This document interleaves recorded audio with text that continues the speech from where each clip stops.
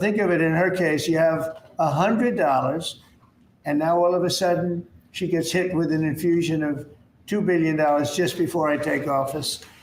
$20 million for Arab Sesame Street in the Middle East. Nobody knows what that's all about. Nobody's been able to find it. $8 million for making mice transgender. So they spent $8 million on making mice transgender. And those are better than many of the others. I could sit here all day and read things just like that, but we have other things to do. So it's much, much more than just that. We're totally committed to making the DOGE cuts permanent and stopping much more of the waste in the months to come. We want to get our great, big, beautiful bill finished and done. After that, we put some of this into the bill, but most of it's going to come later. We're going to have it codified by Congress, affirmed by Congress. In some cases, we'll make cuts. In some cases, we'll just use it in a different layer to save the money. But it's hundreds of billions of dollars. DOGE has also fully modernized the federal retirement process and continues to work very hard on the IRS modernization. But we're taking that over with DOGE. Many of the DOGE people, Elon, are staying behind, too, so they're not leaving. And Elon's really not leaving. He's going to be back and forth, I think. I have a feeling. It's his baby, and I think he's going to be doing a lot of things. But Elon's service to America has been without comparison in modern history. He's already running one of the most innovative car companies in the world. You look at his factories and compare them with some of the old factories we have, and it's a big difference. And the most successful space company, and I guess in history, you would have to say the largest free speech platform on the internet, et cetera. Yet Elon willingly, with all of the success, he willingly accepted the outrageous abuse and slander and lies and attacks because he does love our country. I know that very much. He loves our country. He comes from another country, a country that's going through trials and tribulations, I would say. But he's all about the USA, and Americans owe him a great debt of gratitude. So I just want to thank Elon for his time as a special government employee. Can you imagine? They call him an employee, but it's a special government employee, and for coming and helping us. And he really has changed the mindset of a lot of people. A lot of people thought, maybe we'll cut 1% or 2% or 3%. Then they said, wow, we can cut a lot more than that. And we're going to do it very surgically. We're going to continue on the march. We're making America great again. When I was in Saudi Arabia, and we were in, as you know, three really great countries, predominantly the three. Qatar was great. UAE was great. Saudi Arabia, incredible. Such an incredible experience to be in those three countries. But the Crown Prince of Saudi Arabia, and I must tell you, the great leaders of the other two that we just mentioned, they all said the same thing, that the United States is the hottest country right now anywhere in the world. And 6 months ago, we thought it was dead. It was like a dead country. And it would have been a dead country if we didn't have the right result on November 5th. It would have been a horrible, horrible situation was going on with the borders, with transgender for everyone, men playing in women's sports, and so much more.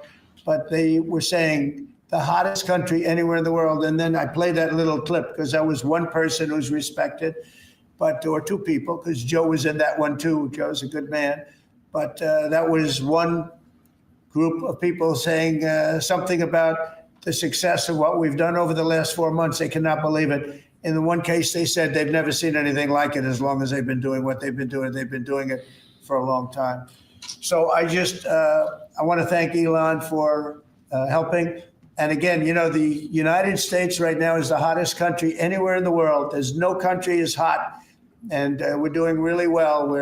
We came, when I left, we had no wars, we had no problems. We defeated ISIS, we rebuilt our military, and we had no inflation. And when I came back, we had a lot of inflation. We had wars all over the place. We had the embarrassment in Afghanistan where we gave up billions and billions of dollars of military equipment, the most embarrassing moment in the history of our country, I believe. I believe that strongly.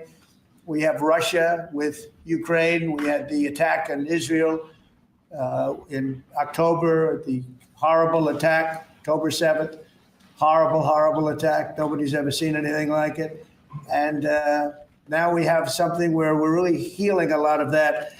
We stopped India and Pakistan from fighting. I believe that could have turned out into a nuclear disaster. And I want to thank the leaders of India, the leaders of Pakistan, and I want to thank my people also. We talked trade, and we said we can't trade with people that are shooting at each other and potentially using nuclear weapons. And they're great leaders in those countries, and they understood, and they agreed. And that all stopped, and we're stopping others from fighting also, because ultimately we can fight better than anybody. We have the greatest military in the world. We have the greatest leaders in the world. We put one of them in charge of the Joint Chiefs of Staff, as you know, General Raisin Kane. And we wiped out ISIS, completely wiped out ISIS in 3 weeks. They said it would take 5 years, and we did it in 3 weeks. And that's the way it is. But we don't want to have to use our military. We want to be peace through strength when we can. And that's the way we're going to have it. So I just want to thank Elon and all of his people. Most of those people are staying. Almost all of them are staying, and they're going to be with us. And you're going to see the results coming long into the future. Even a year and 2 years later, you're going to see a lot of the results, and those hundreds of billions of dollars are going to be adding up, and they're going to continue to add. It'll be interesting. It's really interesting to see what the final number is going to be. But again, Elon gave an incredible service. Nobody like him. And he had to go through the slings and the arrows, which is a shame because he's an incredible patriot. The good news is that 90% of the country knows that, and they appreciate it, and they really appreciate what he did. And I gave him a little special something we have here. Thank you. A very special that I give to very special people.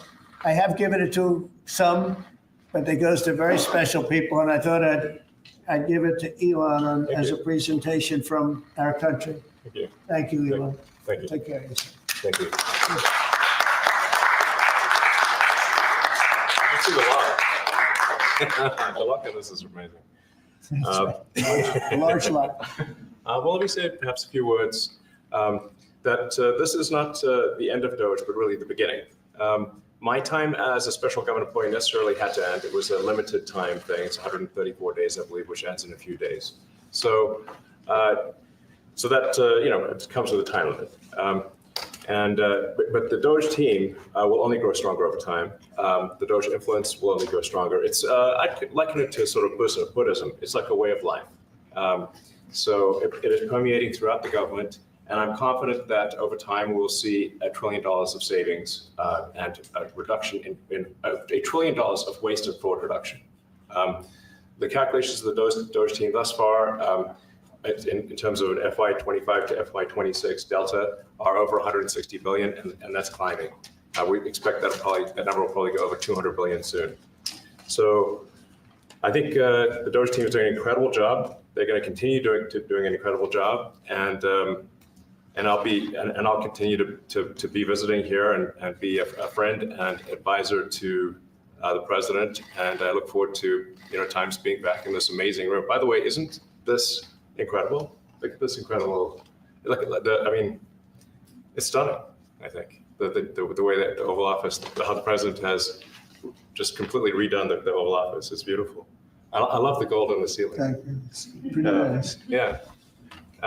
That's been there a long time. That was plaster. Nobody ever really saw it. They didn't know the eagle was up there, and we highlighted. It's essentially it's a landmark, a great landmark, and that's 24 karat gold, and everybody loved it. And now they all see it when they come in. So it's been good. The Oval Office finally has the majesty that it deserves, thanks to the president.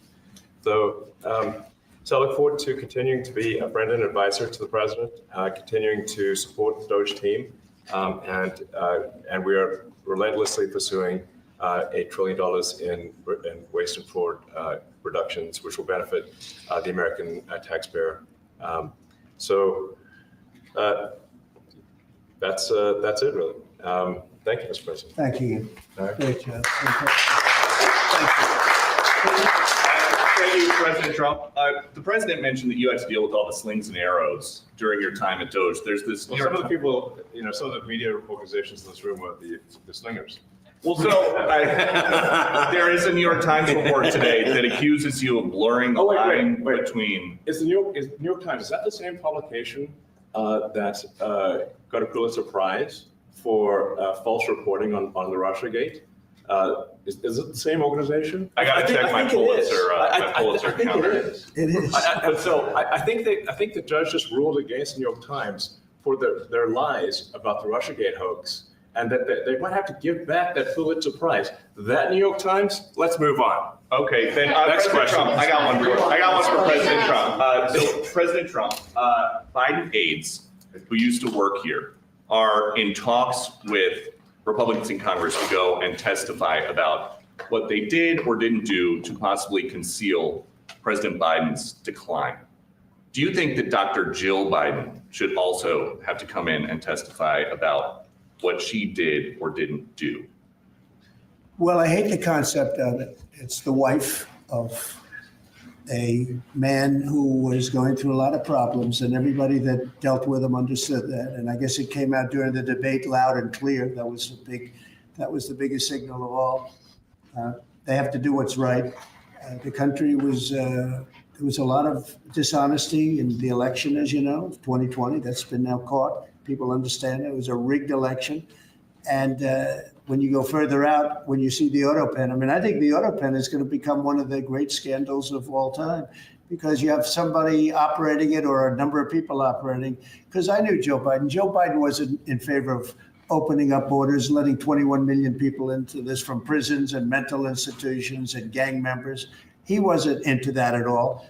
And you know, who signed these orders, proclamations, and all of the different things that he signed that set our country so far back, that was so bad for our country? With the auto pen, how would it work? Like, we're in the Oval Office right now. If there was a group of rogue staffers that worked for you who wanted to advance a bill or an executive order without your knowledge, how could they do it? How do they go Well, it's very behind hard, the because president? I'd read your newspapers or your media the next day and I'd say, well, I didn't approve that, and I would find it. I mean, they wouldn't get away with it for long, because I'd say, I never signed that. Who the hell signed that?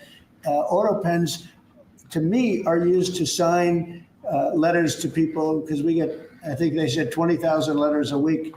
And you like to be able, when somebody takes the time to write a letter, it's nice to sort of write back. And auto pens are meant for that. Auto pens are not meant to sign major proclamations or tax cuts or borders, anything having to do with the border, which is so important. And if it happened on my watch, I would be able to see it, because the next day or sooner, I'd be reading about something that I knew nothing about, and who the hell signed this? So I almost never use the auto pen. In fact, yesterday I was signing about 81, I think it was 81 proclamations and statements to people that I think should be signed by us. I think when you write letters to foreign dignitaries or presidents or prime ministers, you should be signing those letters, not done with auto pens.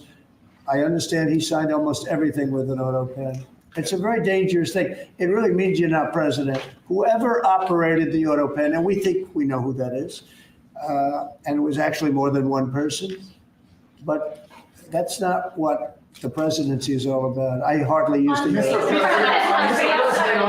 Reinstate the tariffs on China. You said that they violated the agreement with the U.S. Well, they did. They violated a big part of the agreement we made. You know, if you read that whole statement, I was very nice to them. I helped them because they were in trouble with the stoppage of a massive amount of business. But I'm sure that I'll speak to President Xi, and hopefully we'll work that out. But yeah, there's a violation of the agreement. Yeah, please. Mr. President, can you give us an update to the latest ceasefire agreement that Israel has agreed to, but Hamas is still considering?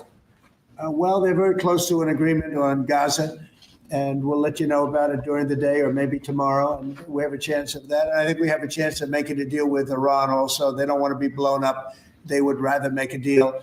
And I think that could happen in the not too distant future. That would be a great thing if we could have a deal without bombs being dropped all over the Middle East. That would be a very good thing. They can't have a nuclear weapon. We want them to be safe. We want them to have a very, very successful nation. Let it be a great nation, but we can't have that. They cannot have a nuclear weapon. It's very simple. And I think we're fairly close to a deal with Iran. Mr. Musk, Yeah, please. you said just now that you look forward to being a friend and advisor to the president. So do you Well, I am. expect to continue advising the president and DOGE informally, or are you going to sort of shift your focus entirely to your companies? Well, I expect to continue to provide advice whenever the president would like advice. I hope so. I mean, I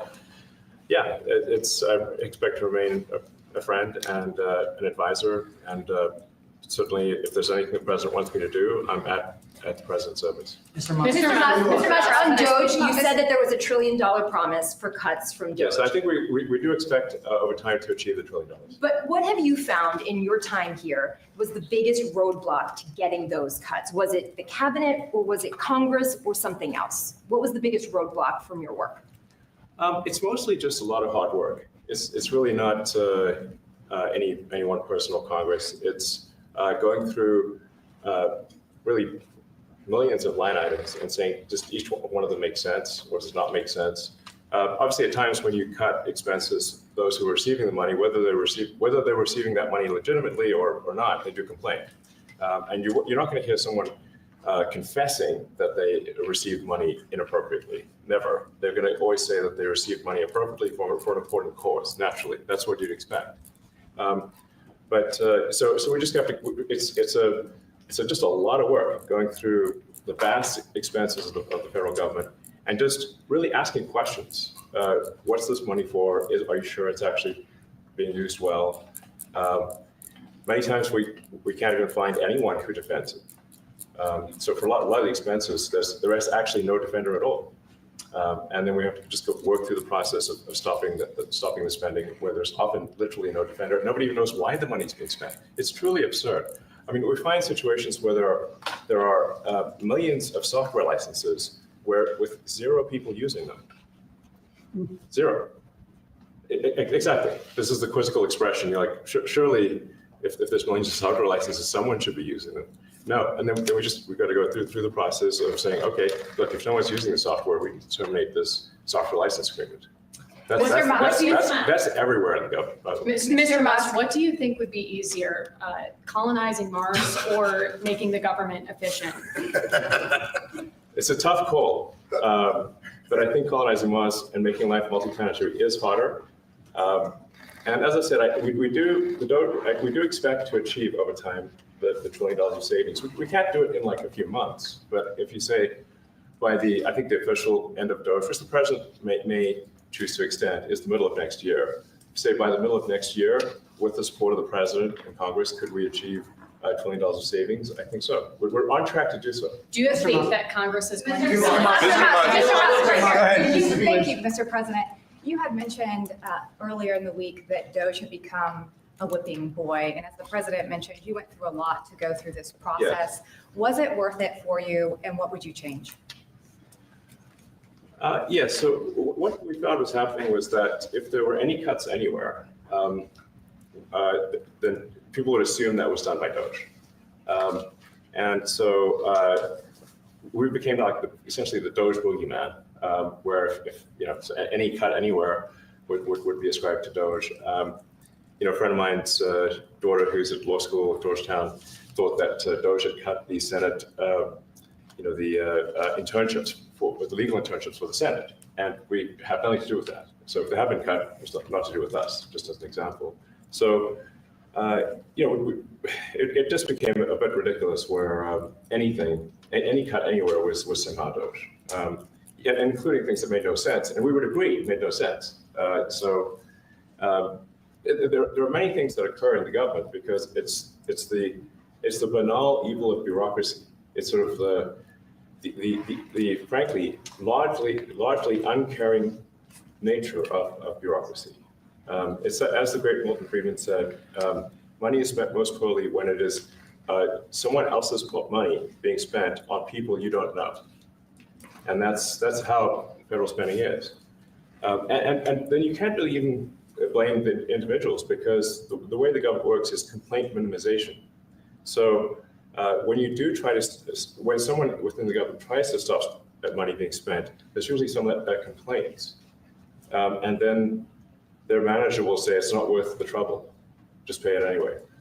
That happens over and over again. So was it? I think it was an Yeah. important thing. I think it was a necessary thing, and I think it will have a good effect in the future. Thank you, President Trump. Peter. This week, there was a video on board a plane that showed the First Lady of France slapping her husband, Emmanuel Macron. Do you have any world leader to world leader marital advice on those moments? Make sure the door remains closed. That was not good. Yeah. No, I spoke to him, and he's fine. Too. They're fine. They're two really good people. I know them very well, and I don't know what that was all about, but I know them very well, and they're fine. What do you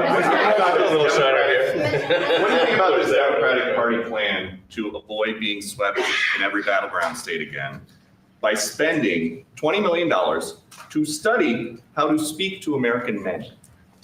Well, you know, they spent 2.8 billion. We spent 1.5. We spent much less. We spent about half of what they spent, and at the end they were $28 million short. They had to be. They spent 2.8 billion. It's a lot, but they couldn't get 28 million at the end. And now they want to spend, I read that, they want to spend money to learn how to talk. That's fake. You don't want to be fake. You shouldn't have to hire consultants to say what America needs, because, you know, then the consultants should be running the deal, not them. But I read that they want to spend a lot of money in each state. So we won all 7 swing states, 7 out of 7.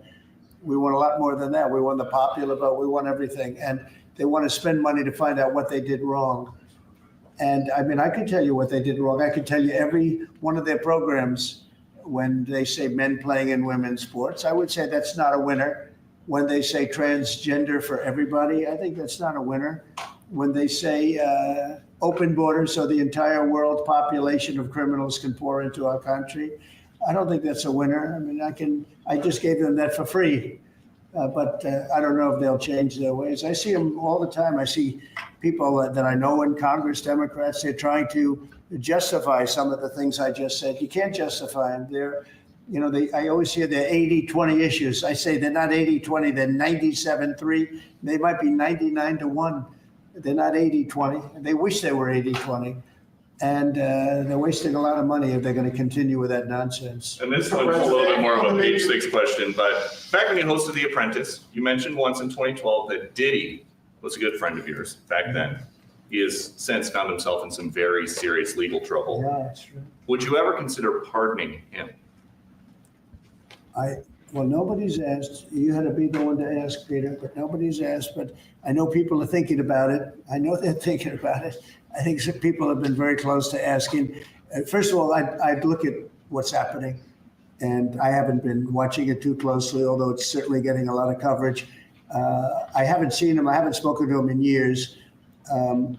He used to really like me a lot, but I think when I ran for politics, he sort of, that relationship busted up from what I read. I don't know. He didn't tell me that, but I'd read some little bit nasty statements in the paper all of a sudden. You know, it's different. You become a much different person when you run for politics and you do what's right. I could do other things, and I'm sure he'd like me, and I'm sure other people would like me, but it wouldn't be as good for our country. As we said, our country's doing really well because of what we're doing. So it's not a popularity contest. So I don't know. I would certainly look at the facts. If I think somebody was mistreated, whether they like me or don't like me, it wouldn't have any impact on me. Mr. President, on the big beautiful bill, would you like to see the Senate build in some support for your tariffs on the big beautiful bill, or should that be a standalone bill? I have great support on the tariffs. I mean, I was so honored that we got that ridiculous stay lifted, because that would have taken away presidential power. It would have taken away everything that was granted by the founders. It would have been a terrible thing. And it would have, most importantly, would have left us vulnerable. We have a lot of countries that use tariffs on us and use them viciously, actually, viciously. And if we didn't have the power to use tariffs on them, and instantly, not when you go back to Congress and try and get hundreds of people to agree on something, that would take months to get just one simple proclamation. If we didn't have the power to counteract their powers, you wouldn't have a country left. We have to act fast. We have to be fast and nimble, as they say. And that was a really great moment, I think, yesterday when that stay was lifted. And hopefully now we'll go to court and just win that battle. Because if we don't have the power to do what they're doing to us, we are going to be a great nation no longer. Elon Musk was once idolized by folks on the left in this country before joining your administration. Now he's considered a hero by conservatives. Why do you think this man and what he's done in American life has been so politicized? Does it Well, his life has been amazing. I mean, I look at so many different things. I look at that rocket being, guided back into position. I've never seen that before. I thought it was a space movie. I thought it was a movie. You look at what he's done in terms of communication. It's been unbelievable. So many different, even tunnels going underground, not having to go through all the process of going, he's got a company that does that. He's got so many different companies. Starlink, as an example, he saved a lot of lives, probably hundreds of lives in North Carolina. I don't even know if you remember, but I called you. They needed Starlink in North Carolina. And I didn't know what the hell Starlink was. I said, what is it? Who owns it? He said, do you know Elon Musk? I said, yeah, I happen to know the gentleman. This was before his government stay. And they said, we really need it because North Carolina became an island. There was, people had no communication. They had no access to anything and they were dying.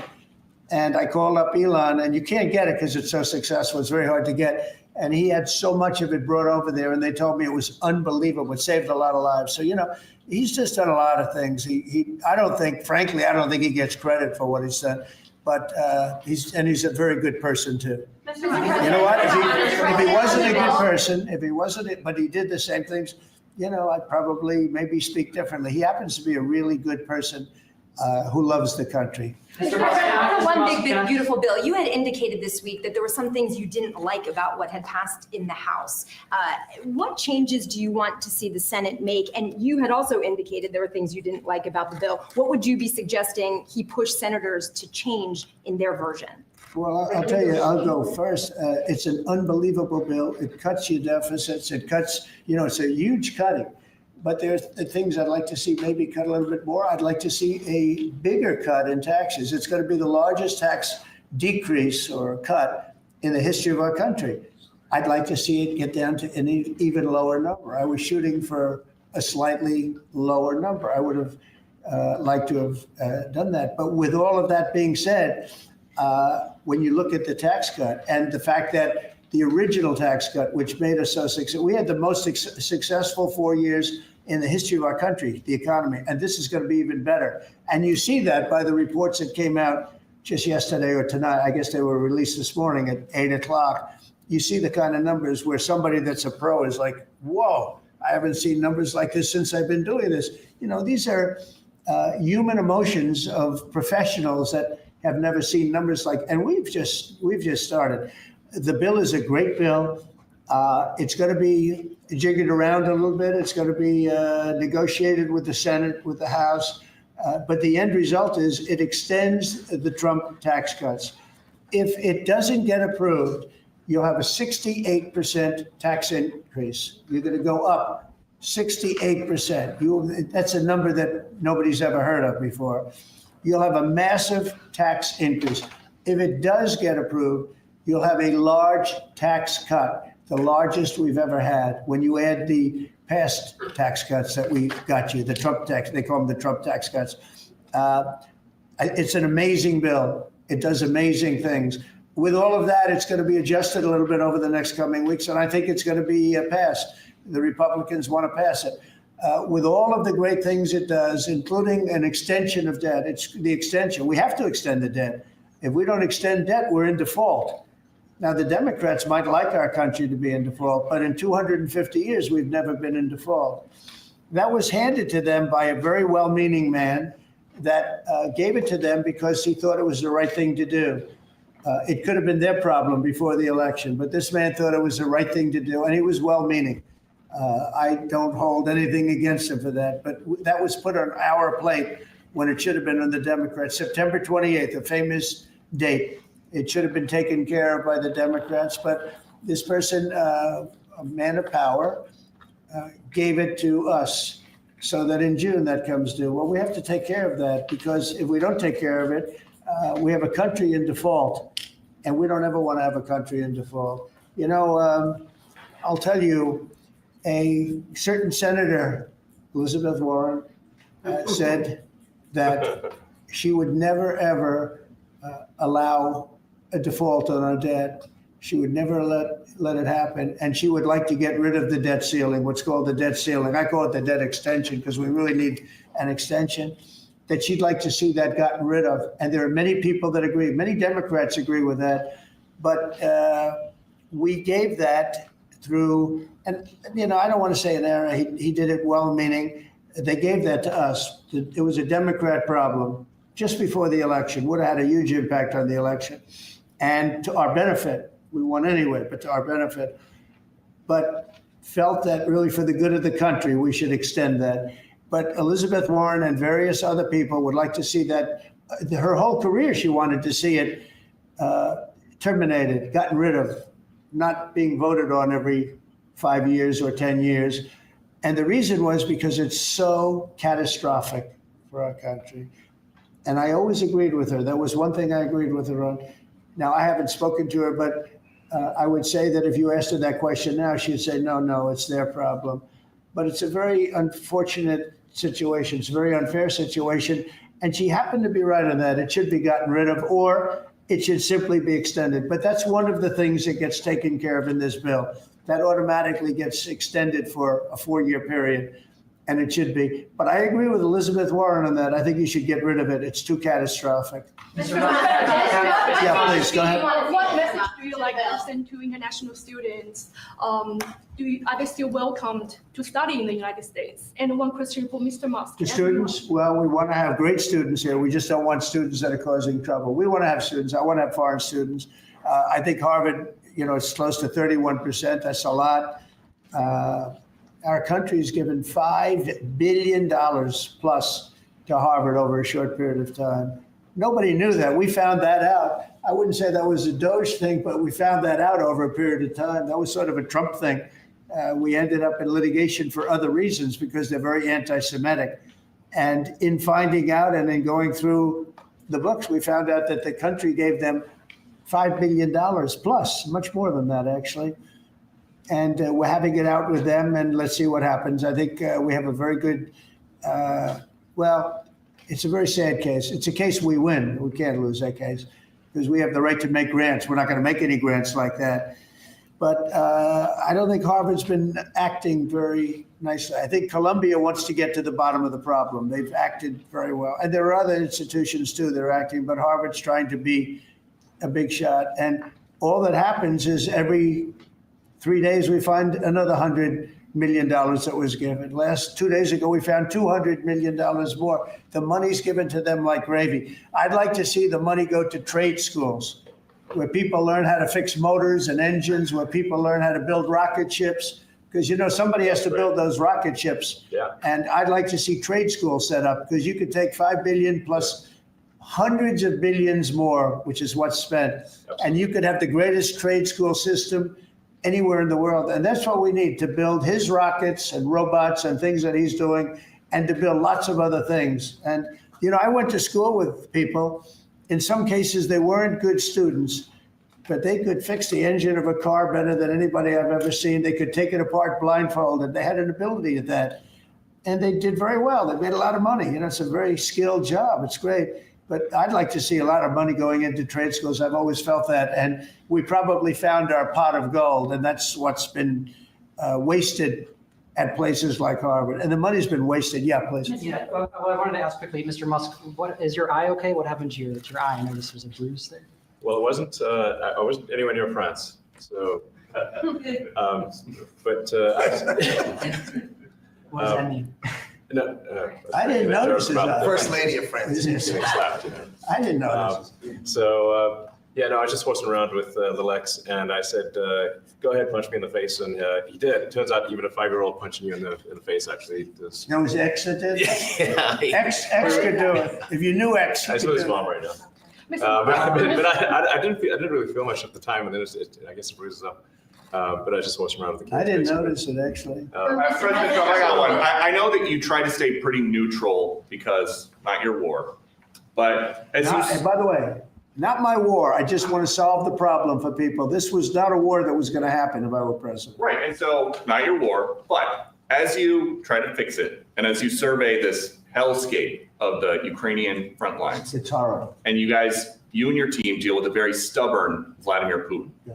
Do you And look, Zelensky. Yeah. but do you look at this Very stubborn conflict Zelensky too. any differently now? Like, do you look at this and see Putin as the good guy or the bad guy? So I've known him very well.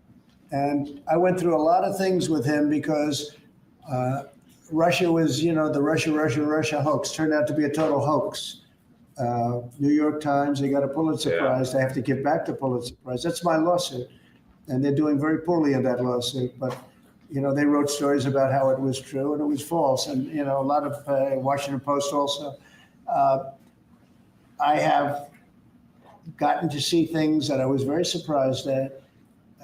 Rockets being shot into cities like Kiev during a negotiation that I felt was maybe very close to ending. We were going to solve a problem, and then all of a sudden rockets got shot into a couple of cities and people died. I saw things that I was surprised at. So, and I don't like being surprised. So I'm very disappointed in that way. With that being said, I'd like to see it end. 5,000 people, I think the number's even more than that, but 5,000 people a week are being killed. Mostly soldiers, but also people that live in little cities and towns throughout Ukraine. And I'd like to see that stop. And I asked Caroline this yesterday, but I want to ask you directly. So many of the things that you're trying to do are held up in court right now. If the courts are going to have so much influence over U.S. policy, do you wish you would have just become a judge instead? Yeah, well, look, it wasn't meant to be that way. If you look at the founders, the president had certain powers, and you have your three groups, and they all had supposed to be pretty equal powers. But you can't have a judge in Boston running foreign policy in places all over the country because he's got a liberal bent or he's a radical left person. That's what the executive branch is for. And you have checks and balances. But we had millions of people pour into our country. Many, many criminals poured into our country. Murderers, mental institutions from all over the world being emptied out into our country. And if we don't get them out and get them out quickly, could lose your country very easily. This is a bad, that anybody would allow this to happen to our country. With all of the things, we took over inflation, we took over some wars, we took over a lot of problems that didn't exist when I was president. None of it existed. We wiped out ISIS. Other than that, we had no wars. Putin was never going to hit Ukraine. Israel would have never been attacked. That attack, as you know, Iran had no money. They didn't have money for Hamas. They didn't have money for Hezbollah. They had no money whatsoever. That wasn't going to happen. All of these things that happened weren't going to happen. You wouldn't have had inflation. So it's very sad when I came back. But the thing that is the hardest is that they allowed 21 million people into our country. And many of those people are stone cold criminals. They moved their criminal population into the United States. And of all the things that, are bad, I solved inflation, I believe already. I got the fuel prices down. The fuel prices came down. That's one of the reasons they screwed up the energy. They screwed up the cost of gasoline and oil and gas. And you had tremendous inflation, the greatest inflation probably in the history of our country under Biden. And when people said, oh, but the economy was, no, the economy was terrible for the people because they couldn't afford the energy. And the energy brought everything else up. Energy is the big deal. But with all of that, we solved that already. In 4 months, we solved it. $1.99, $1.98 gasoline. First time people have seen that in a long time since my term. But the hardest thing to solve is millions of people pouring into our country, many of whom are criminals. Because remember, these countries are smart. Their leaders are very street smart. They're sending the people that they don't want. They don't want the people that are there, that are law-abiding, that are productive, that are working hard. They want people that are in jails. We have them. They allow them to come in. And I always look to the other side, like, why would somebody do something? In business, I try and study, why would they want to do this? Why would they want to sell it? Why would they want to buy it? One thing I can't figure out is what would an administration, what were they thinking when they allowed millions of people from prisons all over the world, not just from South America, Venezuela, all over the world, from the Congo in Africa, hundreds of people, thousands of people from the Congo, rough prisoners, from Asia, from Europe, rough parts of Europe. Why would they allow them to come into our country? Why would they do that? It's the one thing I can't figure out. And I don't believe it was Joe Biden. I really don't. I mean, look, he's been a sort of a moderate person over his lifetime, not a smart person, but a somewhat vicious person, I will say. If you feel sorry for him, don't feel so sorry because he's vicious. What he did with his political opponent and all of the people that he hurt a lot of people, Biden. And so I really don't feel sorry for him, but he wasn't a person that would allow murderers to come into our country. He wasn't a person that was in favor of transgender for anybody that wanted it, take kids out of families, et cetera, et cetera. So I just don't understand why a thing like this, how a thing like this could have been allowed to happen. Very sad. It's very sad for our country. I think the fundamental moral flaw of the left is empathy for the criminals and not empathy for the victims. Empathy for the criminals, but not empathy for the victims. And there's been way too much of that. That needs to stop. To the president's point, there's been immense judicial overreach that is unconstitutional. That was never intended. And it's undermining the people's faith in the legal system. It needs to stop. It's gone too far. Mr. Musk. And just today, we had, just a couple of hours ago, we had a great decision from the Supreme Court, thank goodness, that was very important. We had two important decisions yesterday on the tariffs, because again, we have to be able to fight a fair fight with other countries. Howard, would you say we have to be able to use tariffs to fight people that use tariffs on us? I mean, if we didn't have that power of tariffs, we would economically be destroyed as a country, because they will destroy us. Other countries will destroy us with unchecked tariffs. We can check them when we have the use. They tried to take that power away from us. And if you take that power away, we're not going to have a country. We won't have an economically viable country. But it's very important on immigration that we be able to get people out without having to go through a long court case. I mean, it was up to some of these judges. Every single one of these millions of people, criminals, prisoners that were let go from jails because they save a fortune when they do. They brought them into the United States. You know what they're saving? The money they're saving? But some of murders, it's very important that we're able to get those people out of here fast, bring them back to their country where they belong. And those countries take them, because if they don't take them, they have to go through the wrath of the United States, and they take them.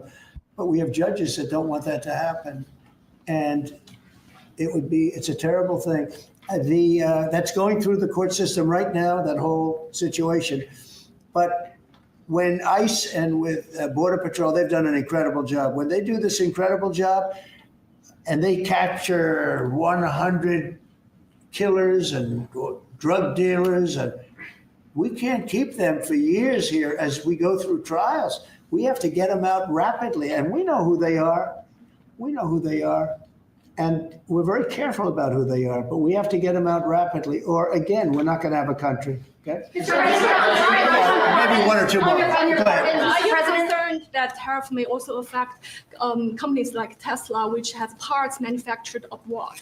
And this is also to you, Mr. Musk. Well, he's going to end up building his whole car here. I mean, I thought he built his whole car. Pretty much he does. He's got incredible factories. And like I looked at one in Texas. It's unbelievable. All of the manufacturers will build their parts here, too. I mean, it used to bother me. They make a part in Canada, a part in Mexico, a part in Europe, and sent all over the place, and nobody knew what the hell was happening. I think it's ridiculous. You build a car, make it in America. And I gave them a little leeway on that, gave them some leeway.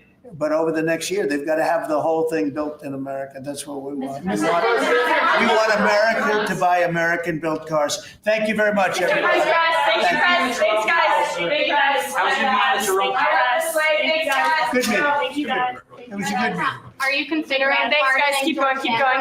Thank you. Thanks, guys. Let's go straight out here. Thank you.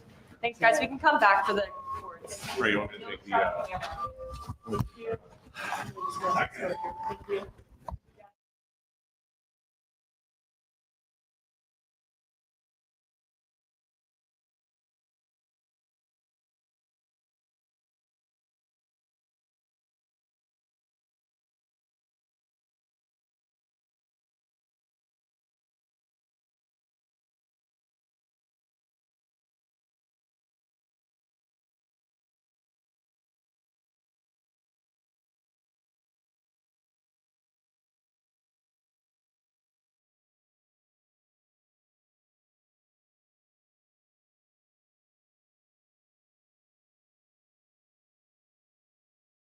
was going to get one last order of imports that were going to be tariffed, and they were loading up on things. How the hell they already fix the trade, or not fix it, but to cut it in half? That's crazy. So there wasn't a lot of front loading of things that they needed before the tariffs hit. Yeah, I'll tell you what, it really does call into question some of the conventional wisdoms. And, it's going to be interesting to see what happens next month when we get this number, or we see some of the other numbers like current account, see how they fared. Because I don't know, I've been watching these numbers a long time. I don't think I've ever seen the trade deficit cut in half in 1 month. Not bad. All right, not bad. come on, guys.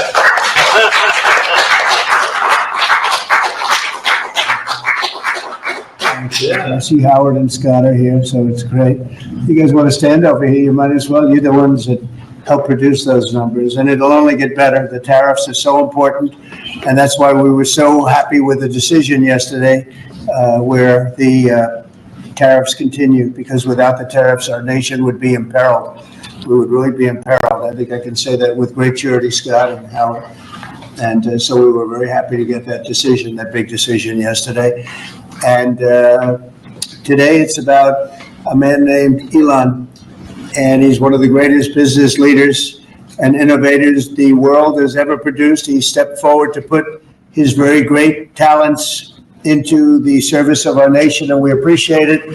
And just want to say that Elon has worked tirelessly helping lead the most sweeping and consequential government reform program in generations. And the kind of things that he's found and his people have found. He's brought a group of very smart people in, and they found things that are pretty unbelievable. I have to say that the numbers that we're talking about are substantial, but they're going to be very much more substantial with time, because many of the things that we're working on right now, we're going to have to remember Elon as we find them, but the numbers could double and triple. Because many things, we don't want to go out with them until we're sure, but we've found things that are unbelievably stupid and unbelievably bad. With the Department of Government Efficiency, Elon's delivered a colossal change in the old ways of doing business in Washington. DOGE has installed geniuses with an engineering mindset and unbelievably talented people in computers. I actually asked Elon one time, what's their primary thing? And they have a lot of primary things, all having to do with being smart. But he said the thing that they're really the best at is working with computers, so that they can't be outsmarted by somebody that's not so honest, that happens to also be good with computers, but not as good as these people. But the mindset in the senior ranks of every federal department, and it's really changed. And with Elon's guidance, they're helping to detect fraud/waste and modernize broken and outdated systems. So as you know, we're talking about various systems and changing systems. And, sadly, it takes a long time to do that. You'll change, let's say, a system at IRS and computerize it properly, where the job can be done in 1/10 the time, but it takes sometimes years to rebuild those systems. But we've started, in many cases, I will say that this has less to do with Elon, but the air traffic control systems, we're bidding out to the best companies in the world, those systems right now. They were what the previous administration was horrible what they did. They spent billions and billions of dollars, and in the end, it didn't even come close to working. They tried to hook up wire to copper, and it can't be done. And they just spent billions of dollars and just wasted money. Actually made the system much worse. So we're going to get a brand new modern system. Congress is working with us on that, and we're going to get it done as quickly as we can. But it's in the works, and once it's done, it'll be good for 30 years. But we have a system that's 48 years old and would have a modern computer hooked into a very outdated computer, and they don't hook up. I mean, they didn't hook up. So after spending billions of dollars, they turned on the system, and in never any cases from local to countrywide, they never worked. More than 75,000 bureaucrats have voluntarily left their taxpayer-funded jobs to come out and really do the job. Countless wasteful and unnecessary contracts have been terminated, and you know that we have terminated many, many contracts, and many contracts, Elon, are right now being looked at, and it may be 6 months, it may be almost a year in some cases. We're going through procedures, we're going through courts, and we'll remember you as we announce billions of dollars of extra waste, fraud, and abuse. Just as an example, DOGE canceled $101 million for DEI contracts at the Department of Education, $101 million, and that was just a small section of the Department of Education. $59 million for illegal alien hotel rooms in New York City, and the landlord never made the kind of money that he made in the last short period of time. $59 million to a hotel in New York City, $45 million for diversity, equity, and inclusion scholarships in Burma. Does anyone know about Burma? $42 million for social and behavioral change in Uganda. $40 million to improve the social and economic inclusion of sedentary migrants. I can say it's $2 billion to Stacey Abrams and her environmental movement. There was $100 in the account, and all of a sudden they found $2 billion in the account. And I assume that's being looked at. I don't know. I'm not sure, but I assume that's being looked at. Think of that, $2 billion. And then Lee will tell you there's another one over there for $20 billion being spent on another environmental cause. $20 billion, not 20 million, a lot, not 200,000, which is a lot. So think of it, in her case, you have $100, and now all of a sudden she gets hit with an infusion of $2 billion just before I take office. $20 million for Arab Sesame Street in the Middle East. Nobody knows what that's all about. Nobody's been able to find it. $8 million for making mice transgender. So they spent $8 million on making mice transgender. And those are better than many of the others. I could sit here all day and read things just like that.